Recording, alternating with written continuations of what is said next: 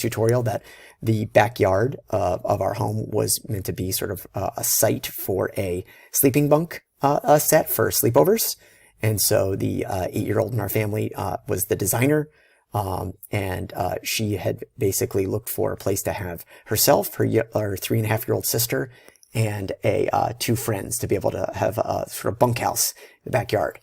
We were given the constraint of like the site being this sort of grass pad here that we have in the backyard. So the idea is that we can play off of, again, sort of geometries that we know. And again, you'll talk to your group mates, faculty member about this as you begin to locate known heights. But just so you guys know, this deck is between 30 and 36 inches tall off the ground here. So let's just go ahead and call it a nice clean 3 feet here. And then we have this tree. Some of the foreground of this in the walnut tree is about an 8-foot tall canopy. The lowest part of the canopy is about 8 foot tall.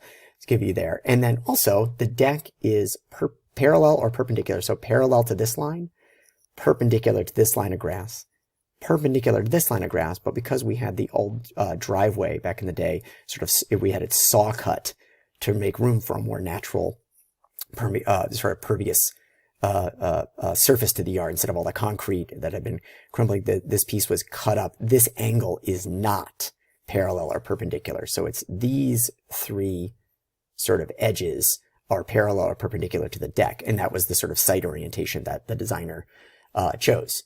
So as I showed in a previous tutorial, but now we get to sort of talk about it, right? We have photographs of a model. So the idea is if you think about the model itself, and I'll just open this one here, there's the model, but I photographed the model in the same light that we photographed the backyard. So the thing we don't have to worry about with the site on the terrace is facing north, so it doesn't get much direct sun at all, and if only then it's really in the summer months. And so really it's about having a sort of even ambient light. In this case, you'll notice I've got shadow coming from a shed that's just off camera here, and you see the shadows of the tree in our neighbor's yard, providing shadows to moving bottom right to sort of left, upper left is how the shadows are projecting. So similarly, I took the model outside, and again, there's our scale figure of, in this case, a 42-inch tall child, not a adult or average adult height to use that term. So hence why she can have a 6-foot door in her sort of like threshold to come in, right? Versus, again, the 8-foot ceiling might seem really short to folks with the vault, but instead it's actually quite grand for a 42-inch tall child. And of course, her even shorter younger sister. But what I get is I photographed this piece so that the shadow stays on this page, but it's long. And so it also hits this face with sun. Inside, I'm getting some light through the window.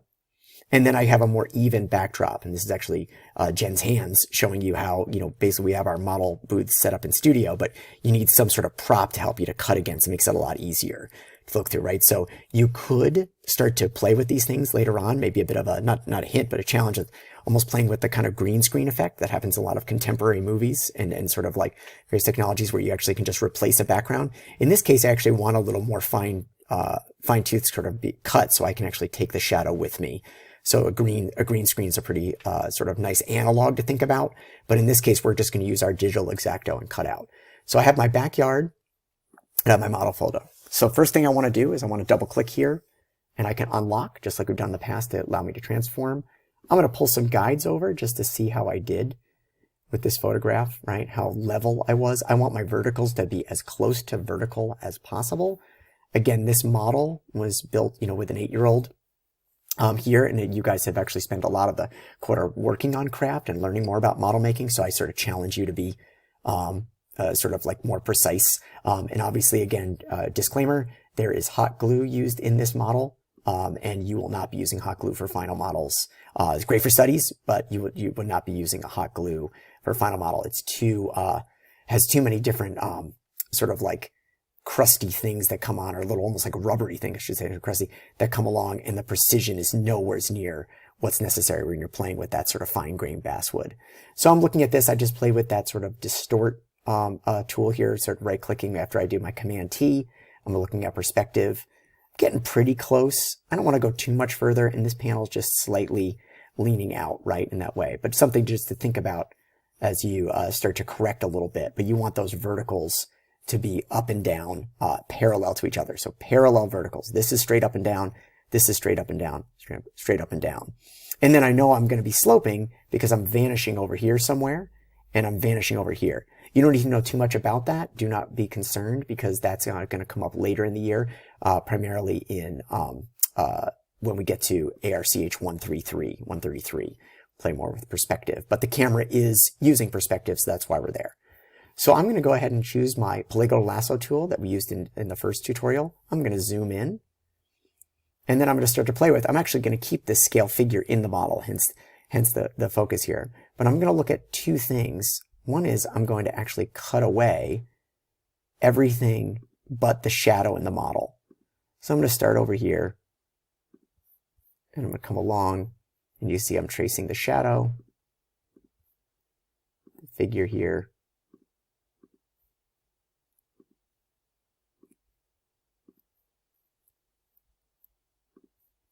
Come up around. And you can always hit delete. The delete key will have you be able to undo a selection. You can go backwards. So I just didn't quite hit the precision there. Apologies. Coming up. So again, we said this panel's a little bit leaning. Again, you won't have this issue in your models, but I think it's important for you to see that you can sort of tweak control. And you go up, and then here's the example. There's some hot glue residue there. Again, you won't have that in your models because the tacky glue is just so much more precise and just a sort of easier to attach. But I'm going to come along, clicking through here. And then as I sort of come around, getting that sort of profile, and I'm just capturing everything that isn't that white Bristol paper, except, save for the sort of shadow that we have, right? I'm going to come down here, grabbing the column, and again, each time as a click, like we said, I'm just, as if I'm almost like setting up a digital X-Acto is what I called it in the previous tutorial, but sort of racing along. I just want to again reiterate, if you're seeing this video after some time in between the other one, this is just one example and one way to do this exercise. It is by no means the only way, but I think it's a really nice corollary to what we've been doing with. So I've now selected everything in this region. So the key thing now is I have to now select inverse. So I select the inverse. Now I have everything I didn't select. So you see I've got the outer edge of the photo, and I would be, if I hit the delete key here, I should be preserving everything that isn't the model and the shadow projected by the model. And it validates, right? Okay, so that's for the inverse. And I'm going to deselect. I typically use, I just use the rectangular marquee tool, click somewhere, that deselects. I'm going to go back to my polygonal lasso, and now I'm going to get to where I know the windows are. I mentioned previously, right, that there's some window in here.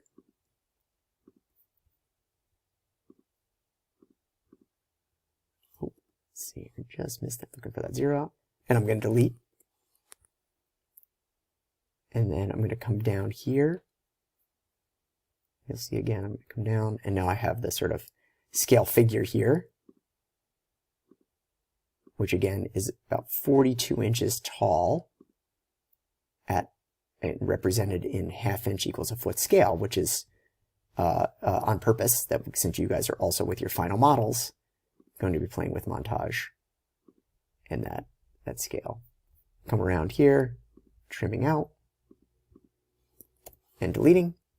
And I come over and just let me check here, where else do I have any view of anything? And it's like, okay, well, one of the things I know is that this window also looks through at another window beyond in this model, right? So there's actually a window back here. So I'm looking through an opening and another opening. That's not the same Bristol. You can see the Bristol here, and a giveaway is that I'm actually seeing the shadow of the Bristol back wall panel, whereas this one I'm not seeing it. It's because it's the Bristol Jen was holding up in the background here.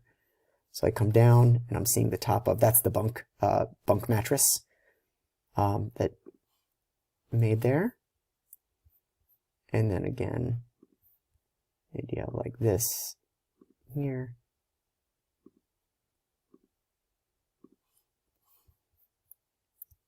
And then lastly, now I'm going to come down, cut out there. I'm not going to cut out the shadow just yet. I'm going to wait till I go to the next.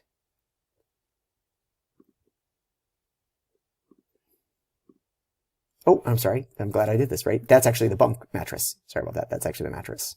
I believe I'm seeing there. Yeah, so that's actually there. So now I have those pieces. I've got this cut out. I've got the windows cut out, what I can see through. And so this figure is now ready.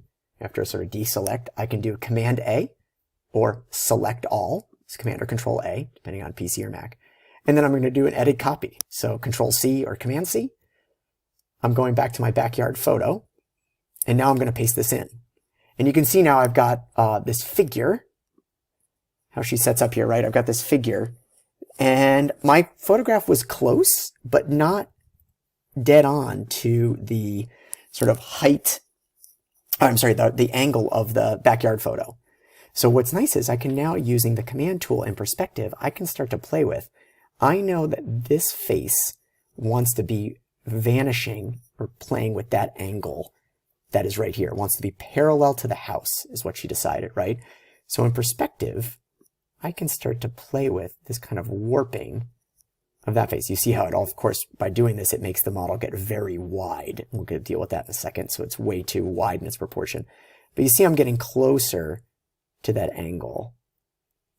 And then similarly, you can see here, it's not about that angle. It's about the fact that this is actually perpendicular. If I'm tracing my mouse, about that angle is perpendicular. So I actually want to start to first enter, click enter here.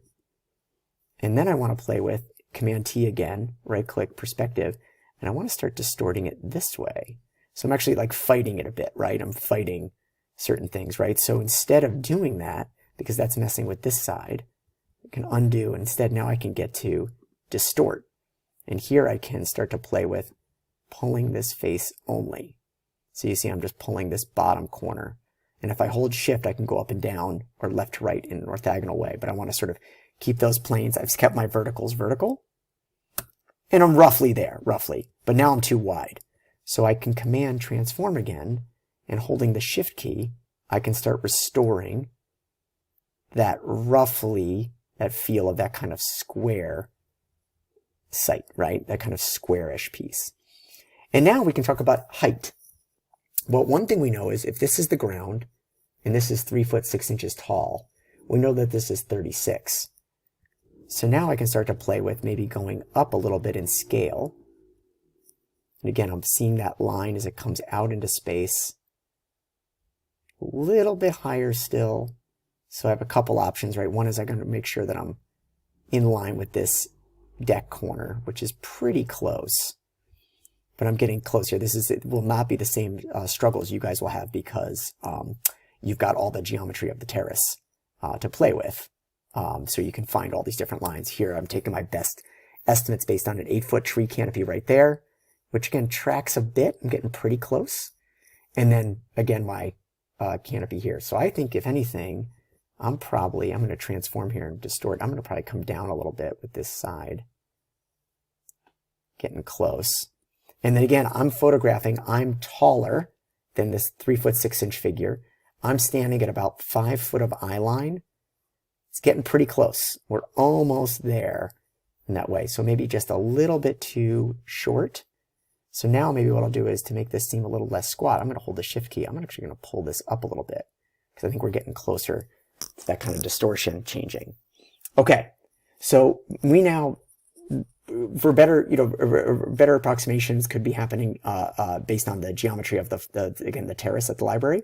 But here, the only other thing I was going to show you as sort of a little bit of a deep dive is I'll zoom in, and now I'm going to cut away and make a new layer of just the shadow. So allow me to come in here, play with this, and I'm trimming out everything.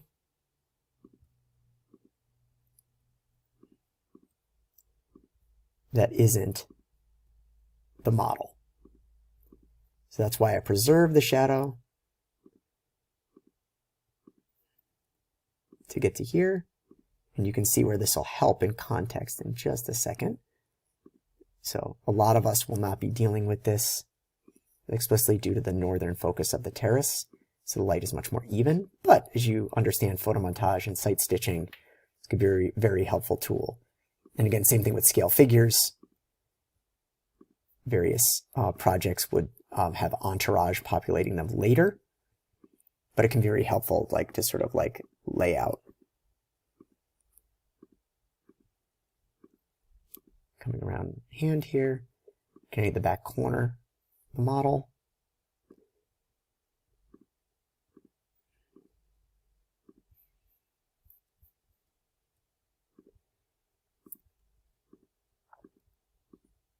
The columns here. And as I come around,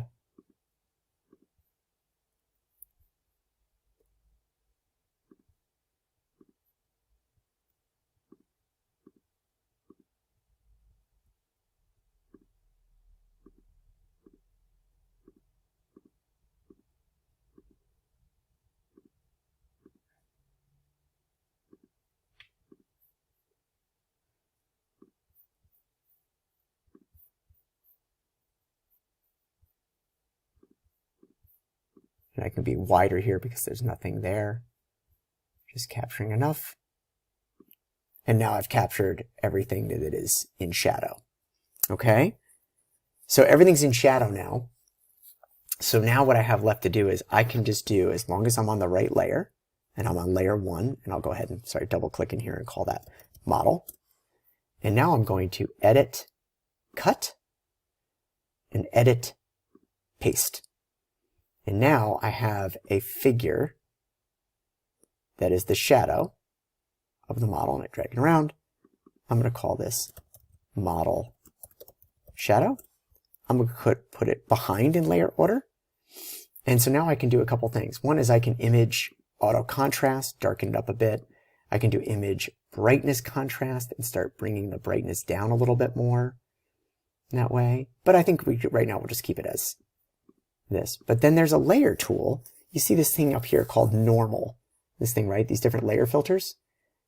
By just playing with multiply, which is going to take the white and make it disappear, basically be mapped onto the surface, almost disappear, and then letting the black or the darker colors start to map over, I basically now have a shadow cast, right? So I'm going to click multiply, and now I've deselected, and now I have this model. The only thing I've noticed is you see my shadows just long enough where I actually trimmed out, it overlaps a bit of the stair, and that wouldn't be there. Now you could argue that the slide, it would bend up and down, but you see where I'm going with this is I can now take this and I could trim this out. But one of the last things I'm going to do is this seems still a little wide. That seems like a little bit wider than that is taller in terms of perspective. I think she's pretty close, this sort of scale figure, but I'm going to go ahead and select both. And I'm just going to transform with the shift key one more time and just play with that just a hair more. And it actually got rid of that shadow anyway. But I think you can see where this sort of system can get a little bit in the weeds, right? In this way of like what's projecting on what. But if I look back here, I now have this model, this 8 foot by 8 foot by 8 foot tall. So again, just to repeat, it's 8 feet this way, 8 feet that way, 8 feet to the top of the panel, and it's another 4 feet up to the skylight. But I have the sun at the angle of the shed. This thing's casting, this figure, the bunkhouse is casting a shadow about the same angle as the shed that it's parallel to. There's a shed just off camera. So I can use some of those geometries to play with different relationships. And now I have a sort of site photomontage of a model photo at this 1/2 inch equals a foot, coupled with an existing site photo. So to just go back to where we were, here's where we were, and then via those cuts, I have a shadow layer in that. So I just want to repeat, this last step is probably less relevant to folks because your figure will actually cast very little shadow due to the fact that it's ambient, sort of even light on the northern facade of the library. But I still would be remiss to not show you where these tools can go and how powerful model photography can be. Okay, and again, please do share with each other, play around, test techniques, and use the geometry of the terrace in the photos to help find and align different heights of your project. Thanks.